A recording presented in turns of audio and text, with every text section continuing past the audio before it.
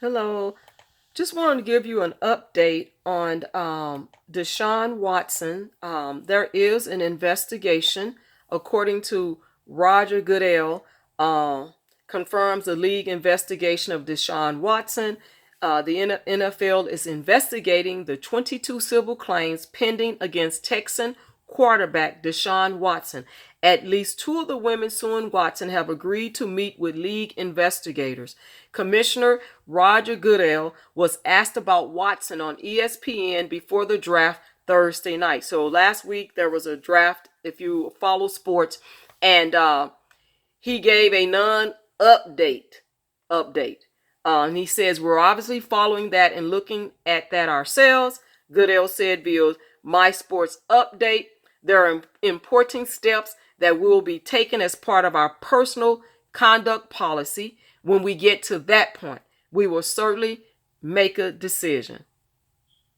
And it says the Texans will trade Watson sometime, but the only question is when. So there is they are looking into an investigation into the allegations of the complaints that these 22 women have come forward, stating sexual assault allegations. And so my thing is this, I stand on that, is that praying for Deshaun Watson and even the women. But however, I believe in due process and the presumption of innocence. And so therefore, I believe that, again, I stand on what I said. I don't take it back. I believe it's a money grab. I believe that this is the new, way of life for a lot of females, is to, proclaim sexual assault and accuse men that have money, that are high profile men. I still stand on that this is the new way of life for a lot of women. That's not what God has designed for women, but I believe that's the new thing for women, is to, proclaim, to say, to bring allegations against men that have money, high profile men, celebrities, for whatever reason. And we supposed to, just follow along with it because of the feminist liberal, groups, and believe all women. But that's not being right. That's actually being biased. If you do that, it's actually biased.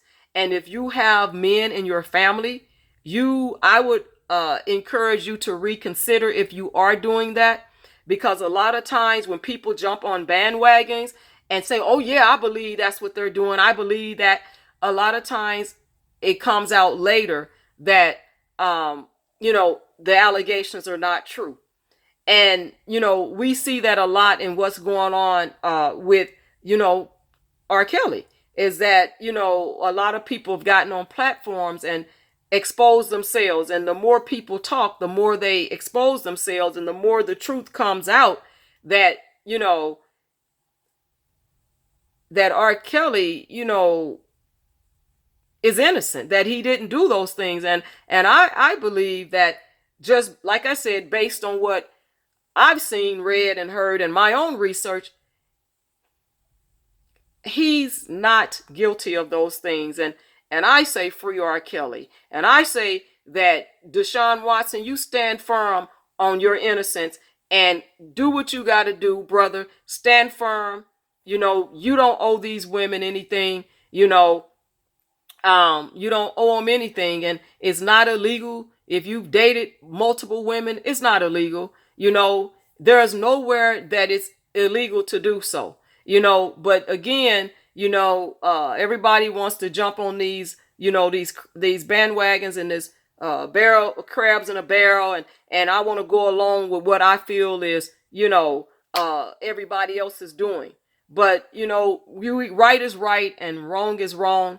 And we need to make sure that we self-evaluate, because you never know when your male family member is going to be caught up in some allegations that may be found out to be false. And we are seeing that day in and day out, even with some of the with the T.I. and Tiny. There was some information that came out that she was making stuff up, had been making things up. That's why you can't jump on bandwagons when you first hear things. You got to step back, listen, be a good listener, and do your own research, and pray about the situation, because we see today that it's happening, and it's like this is the norm, that women will come out and make up stories and say, yeah, this is what happens to me. And then it doesn't look good for real victims and survivors that really have suffered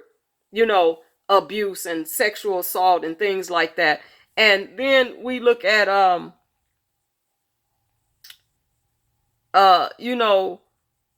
what's her name, Selena Johnson, that came out and started talking about she doesn't sing certain songs anymore. Give me a break. It's really amazes me, all these people that R. Kelly had something to do with their music, but yet and still they're not willing to give up the money or royalties that they're receiving for the songs that he helped produce and write for them. Make it make sense. I mean, I think it's just people wanting to be relevant, people just wanting to get on platforms and be relevant and make money off of his name and all types of stuff. It's really a sad day. And you have Ricky Smiley making his comments, and Steve Harvey. I don't have no respect for people like that. I just, what, look, I respect people's difference of opinions, but if your opinions are not truthful, then I have no respect for that. I mean, we can agree to disagree, but when your opinions become, false, and they're, you're just saying things to say it, and you're not even considering, people's livelihood and the effect that it has on other people, and you're just saying stuff because you're interested in your own money grab or whatever it may be. No, I don't have no respect for people like that. I'm going to say that. I have no respect for people like that, and I will never support those type of people, their music, their TV programs, shows. I'm just not doing that, because I feel like anytime you sit up here and benefit off of someone else, and then you turn around and start putting people down, that's just a lot of hypocrisy. And everybody's supposed to support you. What makes you this great person and better than someone, but yet and still you were participating and in the music, and you were getting your groove on. And some of these people even went to parties, and they're sitting here like, oh, well, I just can't listen to his music, and I can't support his music, and I had to stop singing his music because it could be a victim in the audience, and we should go back and look at everybody that's made some type of sexual song. Should we mute them too? I mean, there are so many people that have made sexual songs. I was sitting back trying to think in my mind of all the people that have made sexual songs about love and love making. And should we silence everybody? There will be a lot of singers and musicians, a lot of singers out there that we should silence or protest if that's the case. But why does Mr. Kelly's name have to come up in everybody else's mouth? You know what it's for? It's when they see R. Kelly's name, it brings traction. It brings likes and clicks. But if you're going, you know what? One of the things that I learned as a child, if you're going to say anything about anyone, say something nice and at least positive. And if you can't do that, keep your mouth closed. Zip it up. Keep it shut. Because all these people that are coming out speaking negative, you're not perfect. Sin is sin, and you're not perfect. And I believe that, you have to be careful what you say about other people, because you never know when your comeback is going to happen. You never know when your karma is going to come. You never know when your condemnation and judgment is going to come. And just because you think you are free and clear and you got certain people loving on you doesn't mean that that's going to be forever like that for you. And there are people out here that have backgrounds that have done wrong. And it's going to eventually come out also. So really, I would just be careful about pointing fingers and placing blame and turning the finger outward. What about your lifestyle? What about you? You know, it just amazes me. Every day almost I hear something about R. Kelly and somebody trying to put his name in something. And the man is incarcerated. It saddens me. It irks me at times to hear people day in and day out doing this and bringing down another black man. And if these people are so concerned about black women and black young girls, why aren't you doing something about it? And then you have people that say, I was there. I know I used to work with someone. So is their testimony gold? And I'm not saying testimony in the court of law. I'm talking about what they say to you. Were you there? Did you do research? Did you verify and got proof that they're telling the truth? You know, I don't even have proof of that. But I still believe in the presumption of innocence and due process. And all you black men and women, do you believe in the presumption of innocence and due process, the ones that have attacked this man and know that his rights are being violated? Do you really believe in that? Do you? Because it doesn't seem like you believe in that. It seems like you only going to believe in it when the heat is on you. And when you can't make money anymore, then maybe you will believe that fat meat is greasy when you're subjected to the judicial corruption and the public opinion, takedown and the assault on the character and defamation of character and the theft of this man's, property and belongings. Maybe if you went through all of that, maybe you will just maybe you will have empathy and you will think about it before you open up your mouth and say the things that you've been saying, even though you don't have any proof that that's been going on and you wasn't there as an eyewitness or an ear witness to it. It's just a sad day to continue to see the atrocious and the atrocities that go on in the black community. And then you have black people participating in that. Make that make sense. Because I don't understand why you just refuse. But then I do understand. It's about money. It's about protecting yourself and your bag. Even if it means bringing down another black man or black woman or individual, even if it means stepping on other people, even if it means going along with public opinion, and you don't know the truth, and you're refusing to do your research, and then getting laughs off of somebody else's name, Ricky Smiley, and then acting like you're so perfect, and Steve Harvey has been married, 3 times? And you have the audacity to talk about somebody else's and their behavior? You ought to stop. I don't even want to get into some of the things that I hear and see and think, because I really don't want to talk negative about people. But guess what? If one sheep is lost, should we not, if there's 100 sheep, and you only have 99 and one is lost, shouldn't we go after the lost sheep? Shouldn't we go try to find the lost sheep and minister and witness to the lost sheep to bring them back into the fold? Shouldn't we take care of that lost sheep and bring that sheep back and embrace that sheep and encourage them and pray for the lost sheep?